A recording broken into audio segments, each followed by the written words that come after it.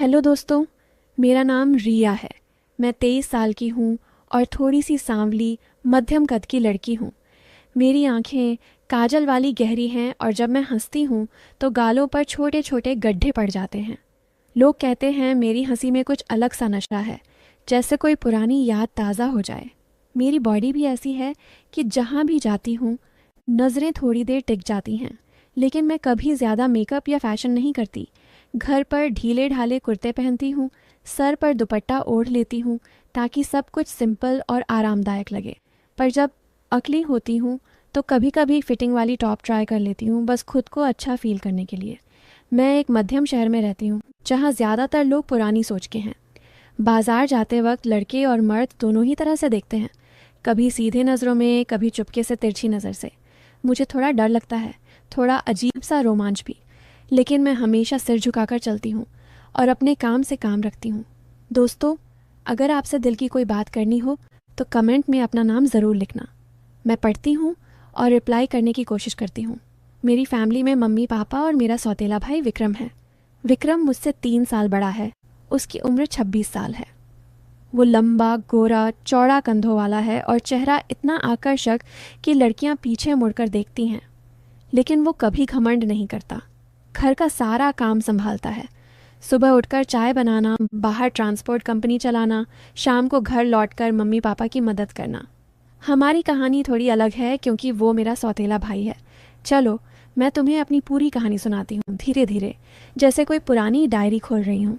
सबसे पहले ये हुआ कि विक्रम हमारे घर आया जब मैं सिर्फ 16 साल की थी। मम्मी की पहली शादी टूट चुकी थी, बहुत दुखद तरीके से।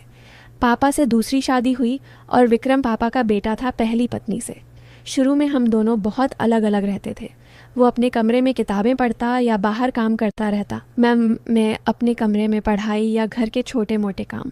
बातचीत भी बहुत कम होती थी, बस हाय हेलो या मम्मी पापा के ज़रिए। लेकिन धीरे धीरे घर के छोटे छोटे कामों में हम साथ आने लगे, जैसे बर्तन धोना, कपड़े सुखाना, बाजार से सामान लाना। एक दिन मम्मी पापा दोनों बाहर गए थे, मम्मी किसी रिश्तेदार के यहाँ और पापा ऑफिस। मैं किचन में सब्जी काट रही थी। चाकू हाथ से फिसला और उंगली कट गई। खून निकलने लगा। मैं घबरा गई और चीख पड़ी। तभी विक्रम दौड़ कर आया। बोला, रिया क्या हुआ? अरे इतना खून!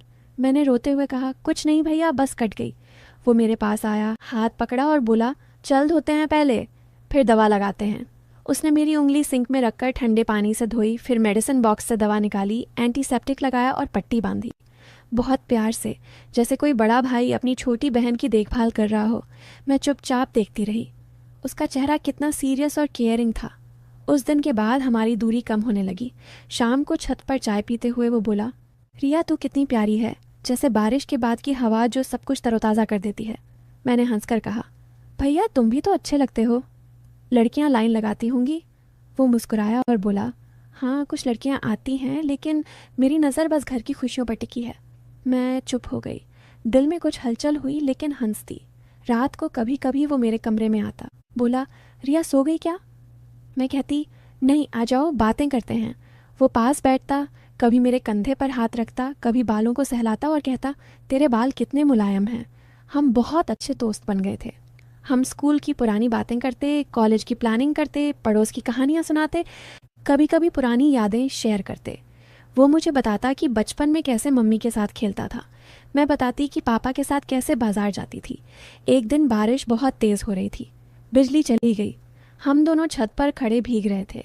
वो बोला, रिया तू भीग रही है, चल अंदर। मैंने कहा, थोड़ा और मज़ा ले लो भैया। वो हंसकर मेरी मदद करता हुआ अंदर ले गया। कमरे में तौलिया दिया, खुद भी बदला। हम टीवी देखते रहे। फिल्म में फैमिली सीन आया। वो बोला, रिया भाई बहन कितने अच्छे होते हैं, उनका साथ सबसे मजबूत होता है। मैंने कहा, हाँ भैया। वो बोला, मैं भी हमेशा तुझे अपनी छोटी बहन मानता हूँ। हम बातें करते रहते। धीरे धीरे ये सब नॉर्मल होने लगा। सुबह वो मुझे जगाने आता, कभी गाल पर हल्के से हाथ फेरता है, बोला, उठ जा, सूरज देख रहा होगा। मैं हंसकर कहती, थोड़ा और सोने दो। वो बोला, नहीं तो गोद में उठाकर ले जाऊंगा। मैं कहती, उठा लो ना। लेकिन वो बस हंसता और हम साथ नाश्ता करते। कभी कभी वो मुझे स्कूल ड्रॉप करने जाता, रास्ते में बातें करते। एक दिन मैंने नया कुर्ता पहना। वो बोला, वाह रिया, तू आज बहुत अच्छी लग रही है। मैंने कहा, भैया ज़्यादा तारीफ मत करो। वो बोला, सच बोल रहा हूँ, तुझे देखकर मन करता है बस ऐसे ही देखता रहूँ। मैं शर्मा गई, लेकिन अंदर से खुशी हुई। समय बीतता गया। वो मुझे छोटे छोटे गिफ्ट लाता, कभी चूड़ी, कभी पेंडेंट, कभी अच्छी किताब। कहता, ये तेरे लिए परफेक्ट है। मैं पहनती या पढ़ती, वो घंटों देखता रहता और कहता, तू खुश रहे तो मैं भी खुश रहता हूँ। एक बार घर में शादी थी। हम दोनों डांस फ्लोर पर थे। पूरा परिवार हंस रहा था, गाने बज रहे थे। हम दोनों बहुत मज़ा ले रहे थे। उस रात डांस के बाद वो बोला, रिया तू मेरे लिए कितनी खास है, बिना तेरे सब सूना लगता है। मैंने कहा, मैं भी भैया, हमारा बंधन कितना मजबूत है।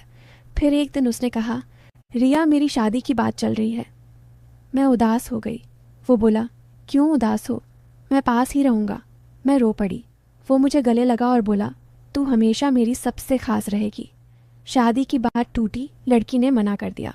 वो थोड़ा टूट गया। मैंने उसे सांत्वना दी, रात भर बातें की। वो बोला, रिया तू ही मेरी दुनिया है। मैंने कहा, भैया हम भाई बहन हैं। वो चुप रहा। समय बीता, हम और क्लोज हो गए। हम साथ में उसके ट्रांसपोर्ट ऑफिस जाते, कभी बिल चेक करते, कभी ड्राइवरों से बात करते। वो मुझे सिखाता कि बिजनेस कैसे चलाया जाता है, कैसे कस्टमर से डील करनी है। मैं उसे घर का काम सिखाती, अच्छा खाना बनाना, दिवाली की सफाई करना, होली के रंग तैयार करना। हम त्योहार साथ मनाते, होली में रंग खेलते, दिवाली में पटाखे फोड़ते,